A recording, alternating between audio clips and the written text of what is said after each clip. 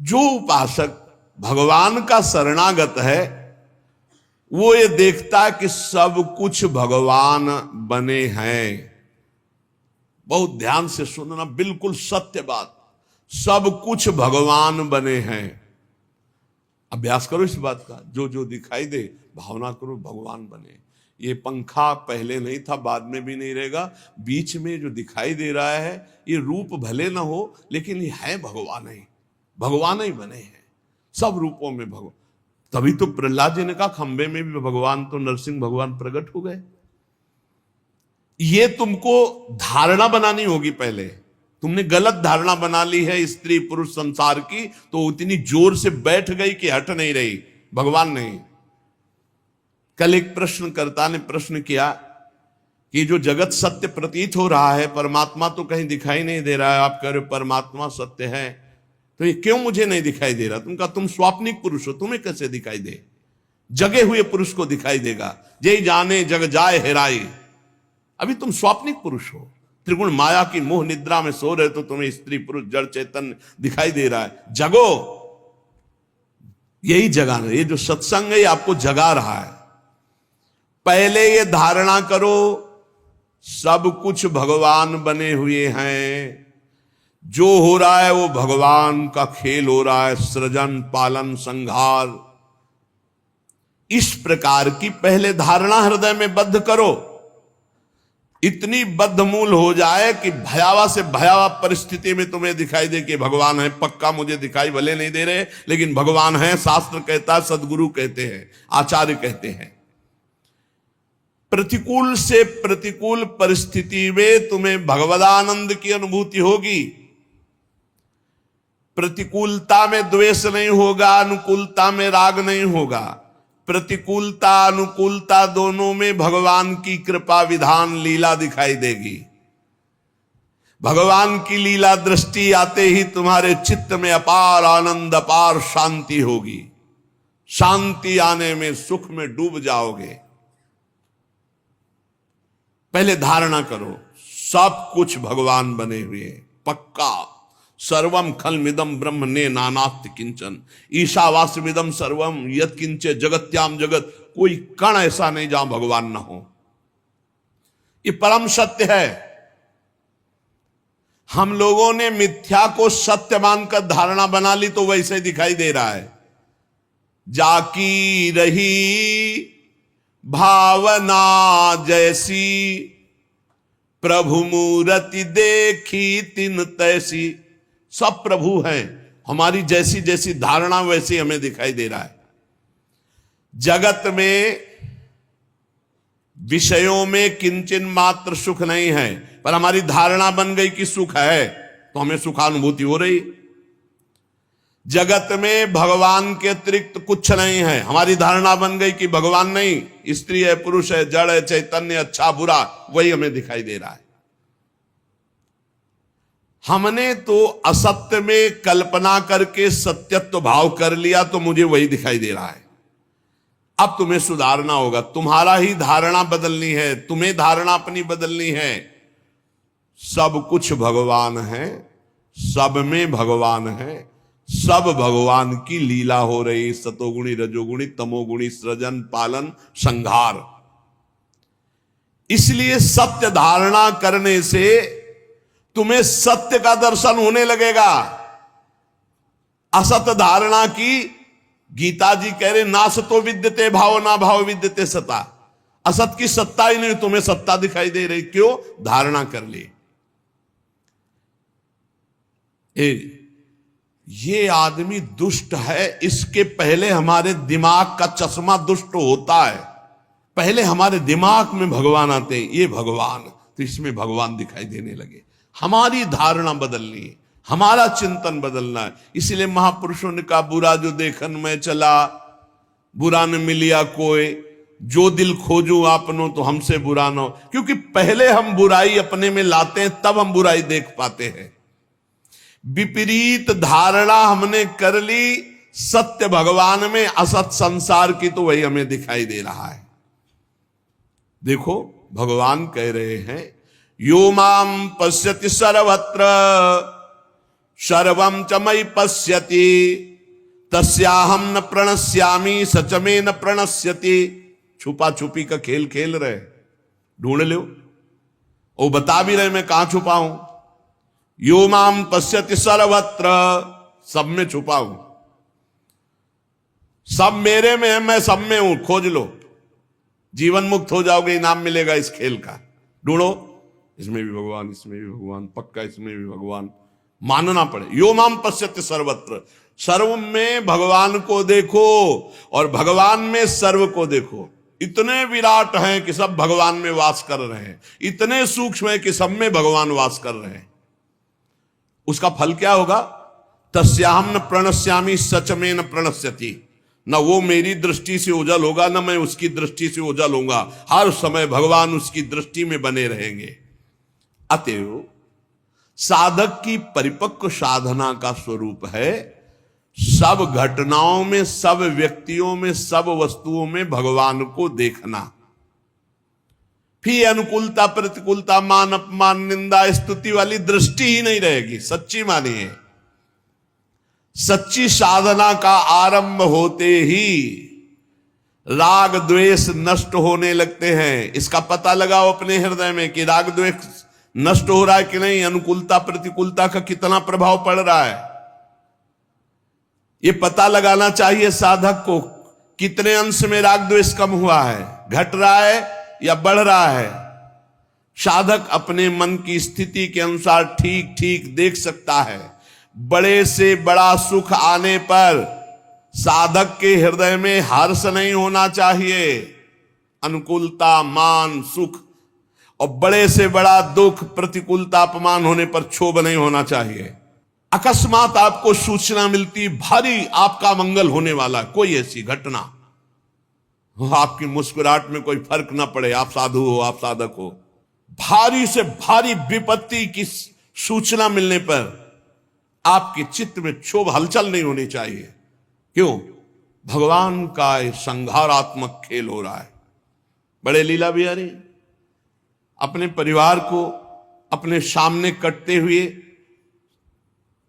बाएं जंघा पर दायां पैर चढ़ाए हुए आराम मुद्रा में पीपल के पेड़ के नीचे बैठे, सामने पूरा परिवार कट रहा है, एक दूसरे को काट रहे हैं यदुवंशियों। जब पूरा संहार हो गया तब भगवान अपने भी चरण में बाण मरवा कर फिर अंतर ध्यान हो। समझो, भक्त अपने प्रभु की संहार की भयंकर लीला में भी वो आनंदित रहता है। कोई भी क्षोभ हृदय में घटना न दे पावे, चाहे वो अनुकूल हो या प्रतिकूल हो। बड़े से बड़ा दुख प्राप्त होने पर साधक के हृदय में उद्वेग नहीं आना चाहिए। ज्यों का त्यों शांत चित्त प्रफुल्लित रहे। भारी से भारी प्रतिकूलता होने पर उद्वेग ना हो, ज्यों का त्यों चित्त शांत और प्रफुल्लित रहे तो समझो हमारी शरणागति पक्की, हमारा काम बढ़िया चल रहा है। हमारे मन की मुदिता को कोई भी घटना, कोई भी मनुष्य, कोई भी स्थिति विचलित ना कर पावे। ये तभी हो सकता है जब सीधे प्रभु से आपका संबंध है, किसी व्यक्ति वस्तु स्थान से नहीं। उपासक किसी की गाली, किसी का कर्कश स्वभाव बहुत सुंदर है अगर आप सुन रहे हो, समझ रहे हो। किसी का अनिष्ट प्रहार, किसी की अनिष्ट चिंतन चेष्टा, ये पता चलने पर आपके मन में किसी भी तरह का भय और शोक नहीं होना चाहिए। अब क्या होगा? अरे परम मंगल होगा, भगवान ने मंगल रचा है। मन में आघात नहीं होना चाहिए, किसी भी घटना का मन में आघात नहीं होना। और मन में आघात होता नहीं है, ध्यान रखना, क्योंकि मन अमूर्त है। आघात शरीर पे होता है, मन स्वीकृति से आघात होता है। पकड़ना, हमारी बात को पकड़ना, अगर मन को आनंदित रखना चाहते हो। मन अमूर्त है, उस पर किसी का आघात, पत्थर मारोगे तो शरीर पे लगेगा, मन पे नहीं। और मन आनंदित है ना तो शरीर की पीड़ा का कोई फर्क नहीं पड़ता। अमुक शब्द अपमान कारक, अमुक शब्द नाम गाली, अमुक शब्द नाम शाप, अमुक शब्द नाम अपमान, ये हमारी जब स्वीकृति हो, इसने मुझे गाली दिया क्योंकि ये शब्द जो बोल रहा है गाली है और मेरा अपमान है, तब मन में प्रहार लगता है। विचार के द्वारा मन में प्रहार लगता है, डायरेक्ट नहीं। मन अमूर्त है, मन को नहीं मारा जा सकता, उस पर कोई चोट नहीं लगती। ये केवल स्वीकृति मानने से चोट लगती है मन में। शरीर पर चोट लगे और मन में चोट न लगे तो मुस्कुरा कर सह सकते हो। मन में चोट लगे, शरीर में चोट न लगे तो आह भरोगे, रात दिन जलोगे। साधक में ये नहीं होता। साधक के अंगों में क्षोभ, पिटाई, मारपीट, लेकिन उसका मन प्रसन्न रहता है। कई संतों के जीवन में ऐसे आए हैं जिनमें उनका अपमान किया गया, उनको पीटा गया, उनके, लेकिन उनके स्वभाव में उनके कोई शोक या कोई क्षोभ या ऐसी घटना क्यों हुई, ऐसा प्रश्न ही नहीं हुआ, प्रश्न ही नहीं हुआ। कैसे क्यों नहीं हुआ? क्योंकि जैसे डॉक्टर को समर्पित है, वो कहां चीरा लगा रहा है, कहां क्या कर रहा है, पर हमें पता है कि डॉक्टर है, ये जो भी कर रहा है हमारे रोग निवृत्ति के लिए कर रहा है। एक डॉक्टर को समर्पित प्रश्न नहीं करता कि अरे यहां क्यों चीर दिया, ऐसा क्यों कर दिया, नहीं, वो अपने हिसाब से पूरा हम समर्पित है। और इतना समर्पित है कि डॉक्टर पहले लिखवा लेता कि मर गए तो मेरी जिम्मेवारी नहीं। और यहां हमारे डॉक्टर अमर करेंगे पक्का, मरने का तो सवाल ही नहीं है, अमर करेंगे तुम्हें, अविनाशी पद पर स्थित करेंगे। इन पर क्यों चीची करते हो? अब वो ऑपरेशन के लिए अपमान भेजा है तो चुपचाप सहो ना, उसको स्वीकार क्यों करते हो कि आपका अपमान हुआ? ऑपरेशन सफल हो गया तो दर्द नष्ट हो जाएगा, घाव महीनों है, कष्ट सह रहे, पर हम मुस्कुराते रहते हैं। मन की अनुकूलता और मन की प्रतिकूलता ही मानी हुई दुख सुख है, कोई अनुकूलता प्रतिकूलता नहीं है। देखो, शूरवीर जब योद्धा रण में जाता है, उसके घाव होते हैं तो उसको हर्ष होता है। जब युद्ध करके लौटता 10-5 घाव होते हैं तो उसको गर्व होता है। शूरवीर योद्धा को शरीर पे चोट पहुंची पर मन में शूरवीरता, इसलिए उन घावों की परवाह नहीं, उसको गर्व होता है कि मैं शूरवीर हूं, तभी ये घाव सह कर आया हूं। भीष्म पितामह जी अर्जुन के द्वारा मारे हुए बाणों की सैया पर पड़े हुए हैं। जब दुर्योधन नजदीक गया तो बहुत से वैद्य लेकर गया, कहा औषधियों के लेप से इन बाणों का जो प्रहार से पीड़ा हुई वो नहीं होगी और बाण निकाल देते हैं, क्योंकि मुझे पता है आप समय का इंतजार करेंगे। तो बाण बिंदे, तो उनका चुप रहे, तू क्या जाने वीरों की शोभा और वीरों का आनंद क्या जाने, तू चुप रहे, तू एक तकिया की केवल व्यवस्था कर, बहुत सुंदर तकिया ले, ये वीरों की तकिया होती, तकिया तो अर्जुन दे सकता है, बुलाओ अर्जुन को। और कहा तकिया दीजिए, तो मस्तक पर बाण नहीं मारे थे, यहां तक बाणों से तो गर्दन ही लग रही थी। अर्जुन ने गांडीव से तीखे बाण 3 मारे। कहा मैं आशीष देता हूं, सर्व विजयी हो, कभी तुझे दुख स्पर्श न कर पावे। क्यों? बाण मारा और आशीर्वाद, ये शूरवीरता, मन की स्वीकृति, वीरों की तकिया बाण होती है। ये गद्दा तकिया वाला वीर नहीं है, भीष्म पितामह है। जो बाणों की सैया पे पड़ा है उसको तकिया शोभा ले देती है, यही बाण शोभा देते हैं, और दूसरा कोई दे नहीं सकता। ये बाण केवल अर्जुन संधान कर सकता है, जो आज्ञा का पालन कर सके। अब बोलिए क्या सुख है भीष्म पितामह को बाण लगने का, और क्या दुख है? मन की स्वीकृति का सारा खेल। शरीर में चोट है और मन नहीं चोट स्वीकार किया तो आनंद मगन है, पक्का पक्का। तभी कहते हैं मन को इतना कमजोर मत करो। मन कहां है? कृपा निधान श्री लाडली जू लालजू के पास। अब उनके सुख में मगन है तो मन स्वस्थ है, तो शरीर अस्वस्थ होते हुए भी वो स्वस्थ से भी ज्यादा चटक है, चैतन्यता है, पक्का। हर समय एक ओज रहता है, एक अंग में एक अपार उत्साह आनंद रहता है प्रकट में। आप क्या समझते हो? मन का सारा खेल है। जैसे बिल्कुल समझना, सामने वाला विदेशी भाषा में गाली दे रहा है, हमें गाली दे रहा है। कई ऐसी हमारे देश की भाषाएं जो हमको ज्ञान नहीं है, अब वो हमको हमारी भाषा में खूब गाली दे, हमारी भाषा में, तो हमारा मन स्वीकार करे ये गाली दे रहा है, लेकिन अपनी भाषा में गाली दे हमको, हमें पता नहीं क्या कर रहा है। गाली दे रहा है यद्यपि, पर मन स्वीकार नहीं कर रहा, क्योंकि जान ही नहीं रहा गाली दे रहा, तो कोई परेशानी नहीं है। परेशानी स्वीकृति से, जहां हमारी भाषा में गाली दी, हमारे समझ में आया इसे गाली कहते हैं, बस वो हमारे मन दुखी हो गया, ये हमें गाली दे रहा है। सारा खेल मन की स्वीकृति का है। अतएव अस्वीकार करना ही दुख से बचना है।